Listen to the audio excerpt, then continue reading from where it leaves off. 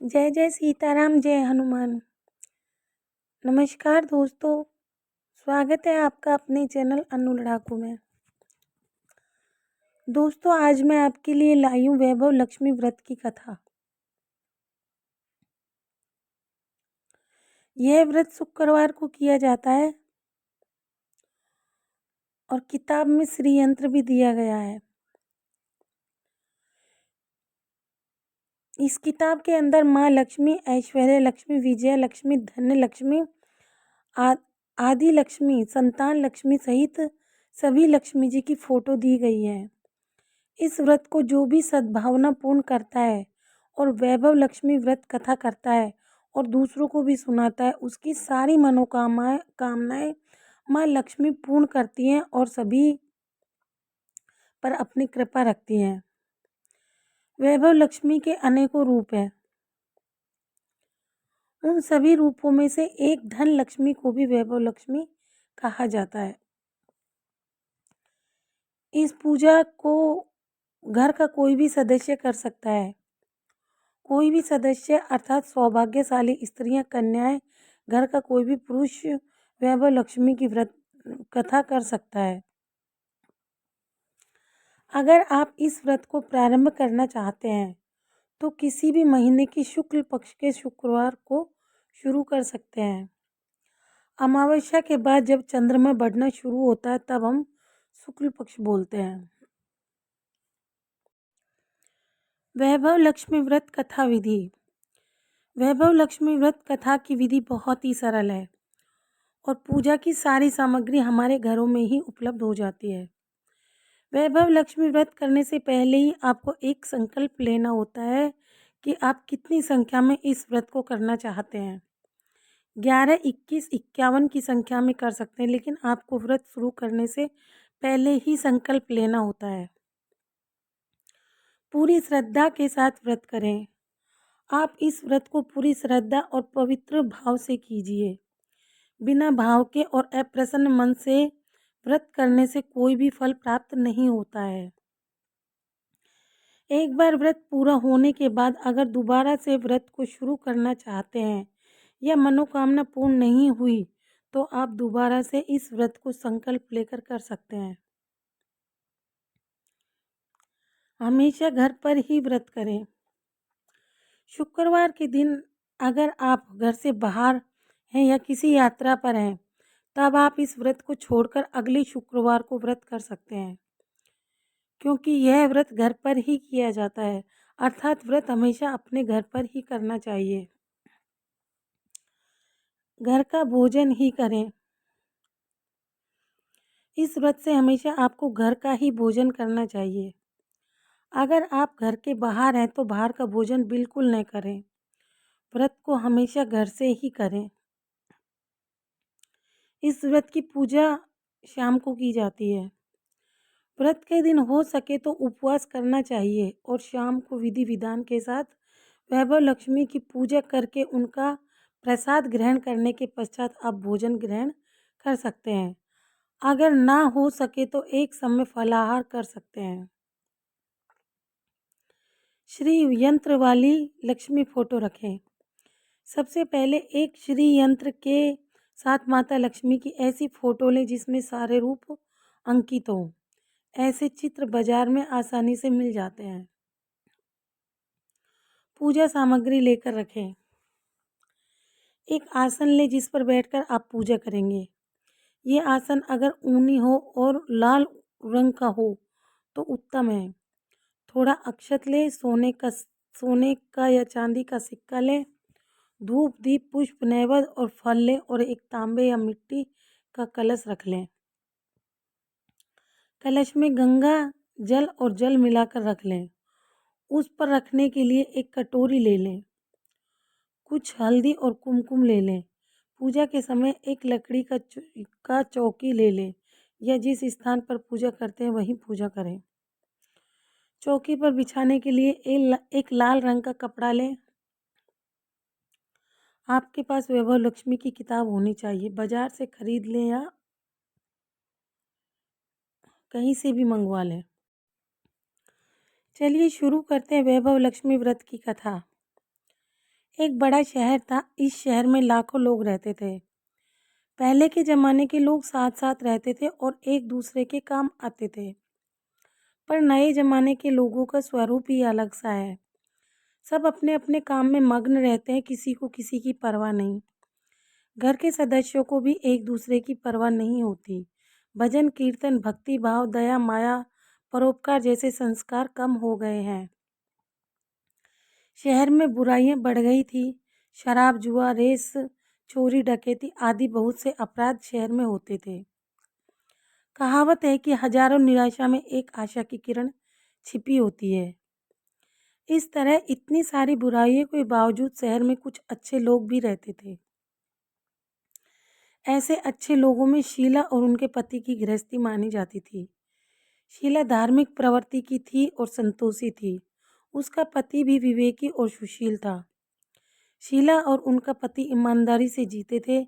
वे किसी की बुराई नहीं करते थे। प्रभु भजन में अच्छी तरह समय व्यतीत कर रहे थे। उनकी गृहस्थी आदर्श गृहस्थी मानी जाती थी और शहर के लोग उनकी गृहस्थी की सराहना करते थे। उनकी गृहस्थी इसी तरह खुशी खुशी चल रही थी, पर कहा जाता है कि कर्म की गति अटल है। विधाता के लिखे लेख कोई नहीं समझ सकता है। इनका इंसान का नसीब पल भर में राजा को रंक बना सकता है और रंक को राजा। शीला के पति को पूर्व जन्म के कर्म भोगने बाकी रह गए होंगे कि वह बुरे लोगों से दोस्ती कर बैठा। वह जल्द से जल्द करोड़पति होने के ख्वाब देखने लगा। इसलिए वह गलत रास्ते पर चल निकला और करोड़पति के बजाय रोड़पति बन गया। यानी रास्ते पर भटकते भिखारी जैसी उनकी स्थिति हो गई थी। शहर में शराब, जुआ, रेस, चरस, गांजा आदि बदियां फैली हुई थी। उसमें शीला का पति भी फंस गया। दोस्तों के साथ उसे भी शराब की आदत हो गई। जल्द से जल्द पैसे वाला बनने की लालच में दोस्तों के साथ रेस, जुआ भी खेलने लगा। इस तरह बचाई हुई धनराशि, पत्नी के गहने, सब कुछ रेस जुए में गंवा दिया था।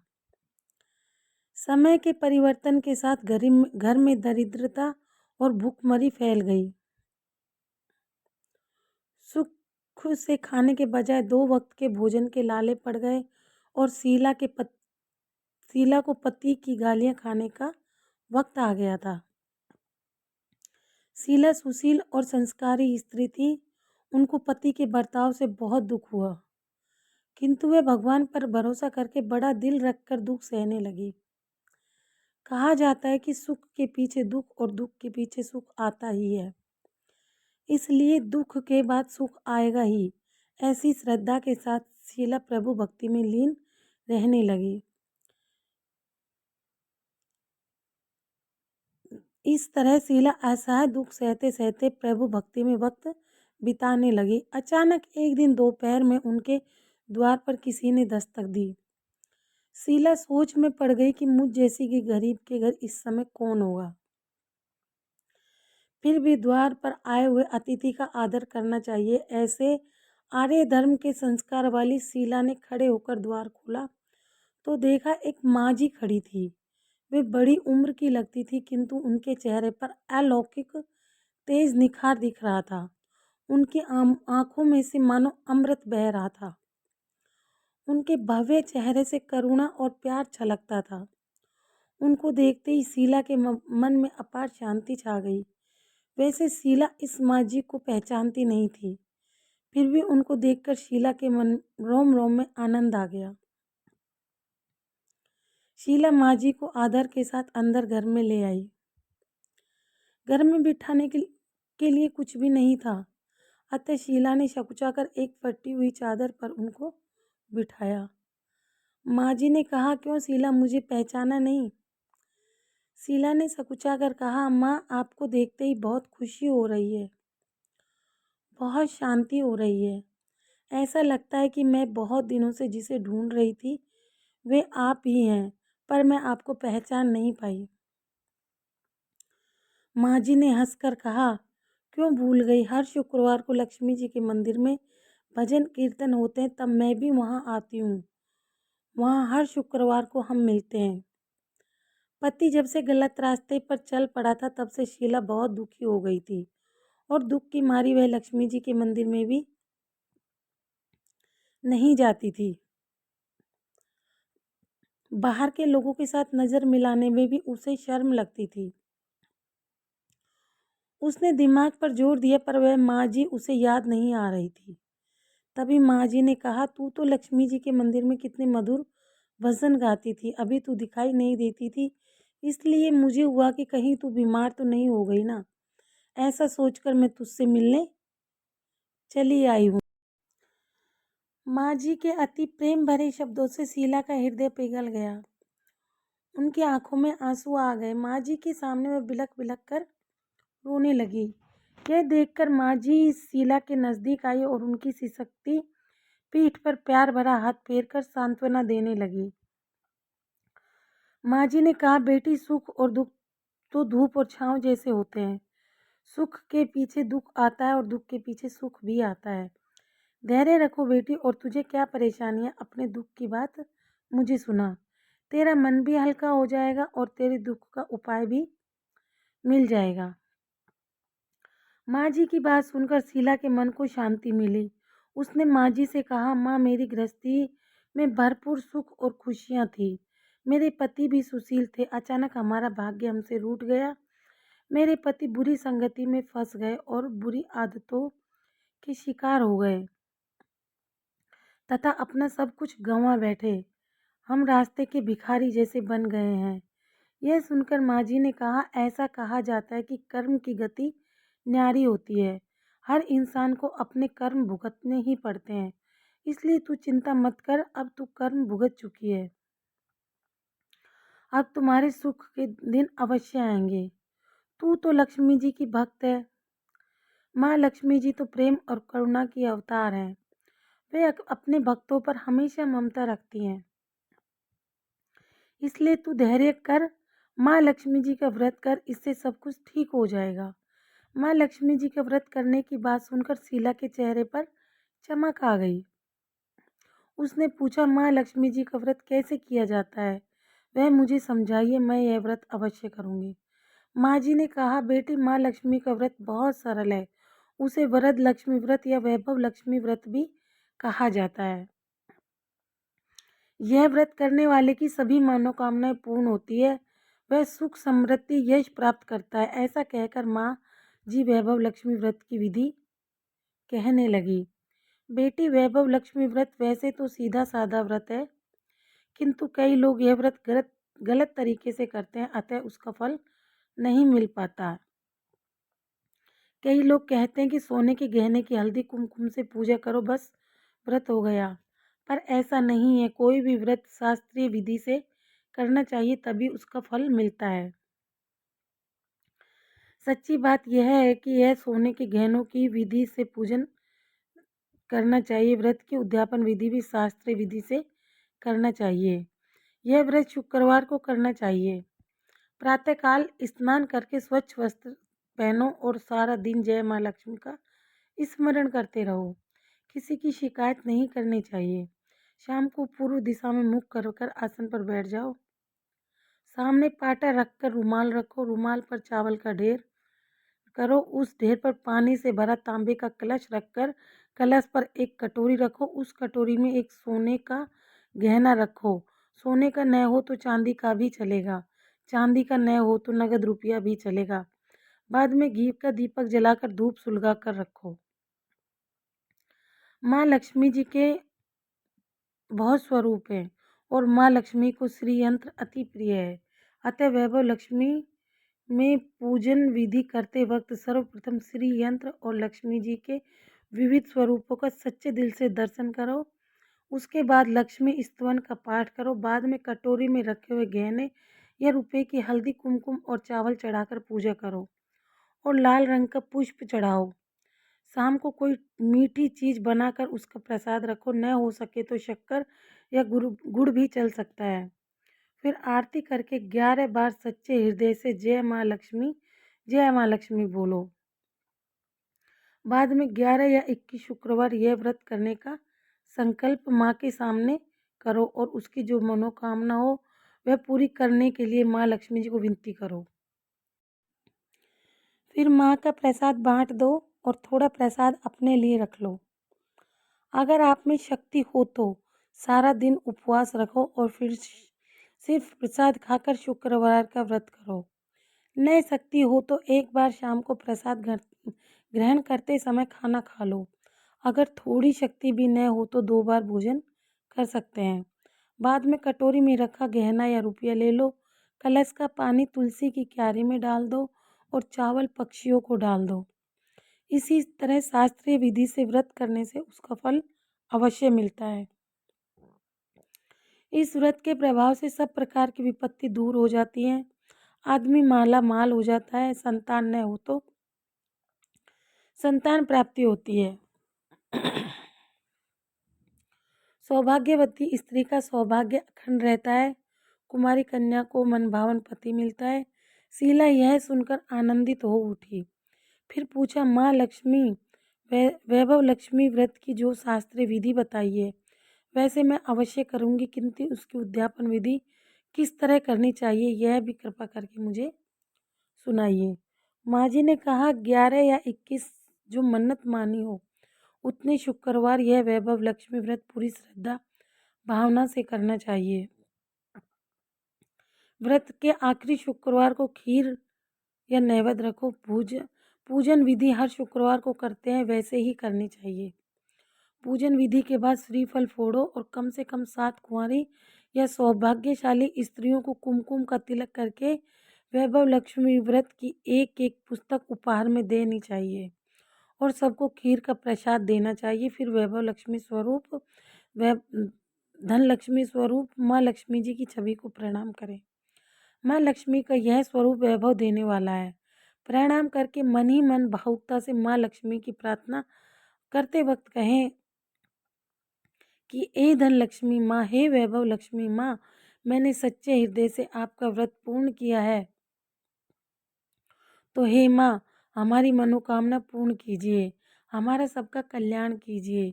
जिसे संतान न हो उसे संतान देना, सौभाग्यशाली स्त्री का सौभाग्य अखंड रखना, कुंवारी कन्या को मनपसंद पति देना।